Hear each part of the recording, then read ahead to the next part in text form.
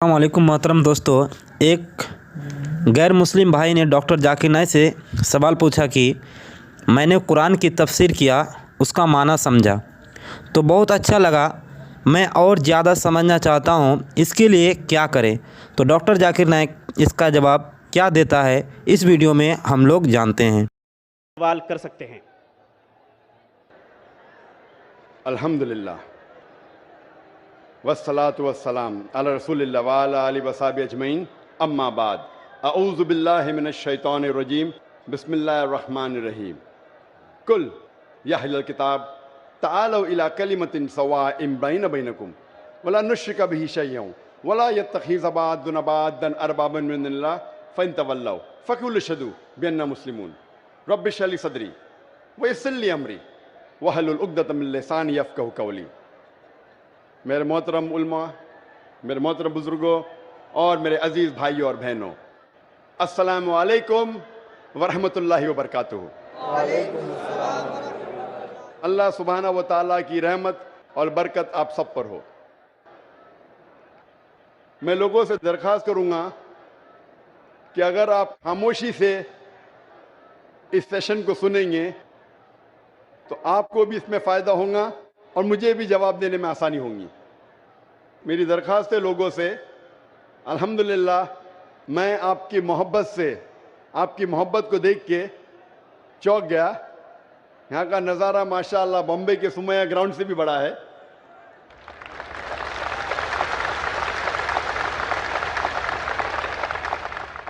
लोग दुनिया भर में कहते थे कि सबसे बड़ा मजमा बॉम्बे सुमैया ग्राउंड में, लगता है किशनगंज ने माशाअल्लाह बॉम्बे वाले को हरा दिया।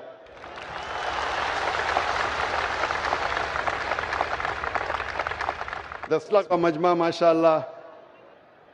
जैसे आप जानते हैं कि अक्सर मैं तकरीर और सवाल जवाब अंग्रेज़ी में करता हूँ, चंद मौक़े पे कोशिश करता हूँ उर्दू या हिंदी में बात करूँ, क्योंकि मेरी तालीम अंग्रेज़ी में हुई है तो ज़ाहिर है कि इस उर्दू या हिंदी सेशन में मैं गलतियाँ करूँगा।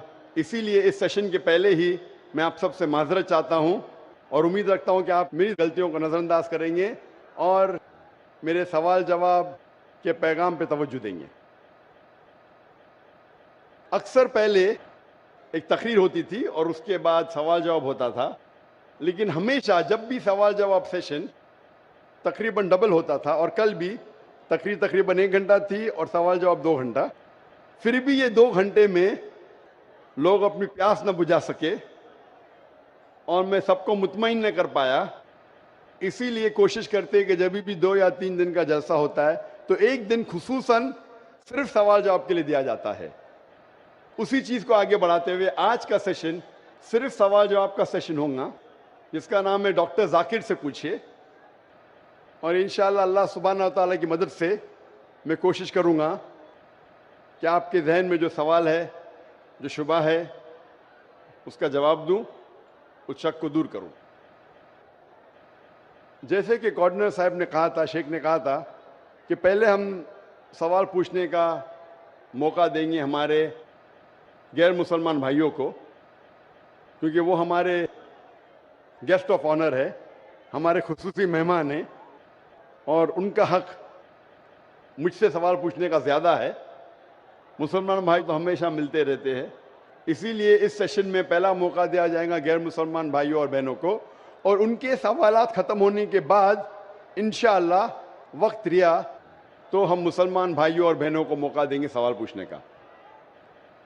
मेरी दरख्वास्त है गैर मुसलमान भाइयों और बहनों से, मुझे लगता है मुसलमान भाई काफ़ी आवाज़ कर रहे हैं। आप अगर इस सेशन का लुत्फ़ उठाना चाहते हैं तो मेरी दरख्वास्त है आपसे कि आप खामोशी, शांति और अमन के साथ अगर प्रोग्राम सुनेंगे और देखेंगे तो आपको और फ़ायदा होगा और मुझे भी आपके सवालात का जवाब देने में आसानी होगी। मेरी दरख्वास्त है कि अगर आप आवाज़ ना करें, सवाल का जवाब देने में आसानी होगी।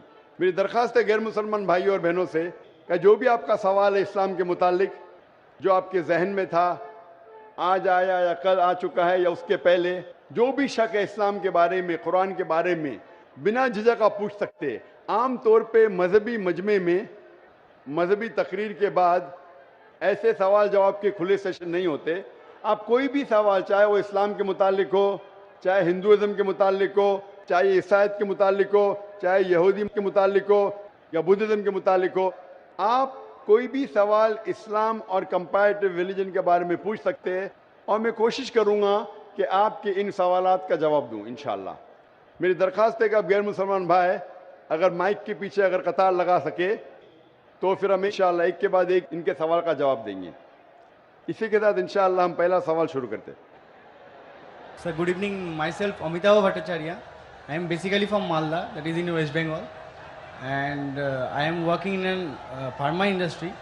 I am having a question, sir, that actually I don't have any sort of idea about Quran before 6 months, and someone give me the Quran पढ़, उसमें बहुत कुछ है, अच्छा अच्छा चीज़ है सर, मैंने पढ़ा सर। आई एम हैविंग सब interest after reading the Quran, but sir please help me out that how can I sir, मैं कैसे करके और ज़्यादा इंटरेस्ट क्रिएट कर सकूँ सर अबाउट कुरान और अबाउट इस्लामिक रीजन। सर भाई का सवाल है कि 6 महीने पहले उन्हें इस्लाम के मुतालिक कोई इल्म नहीं था।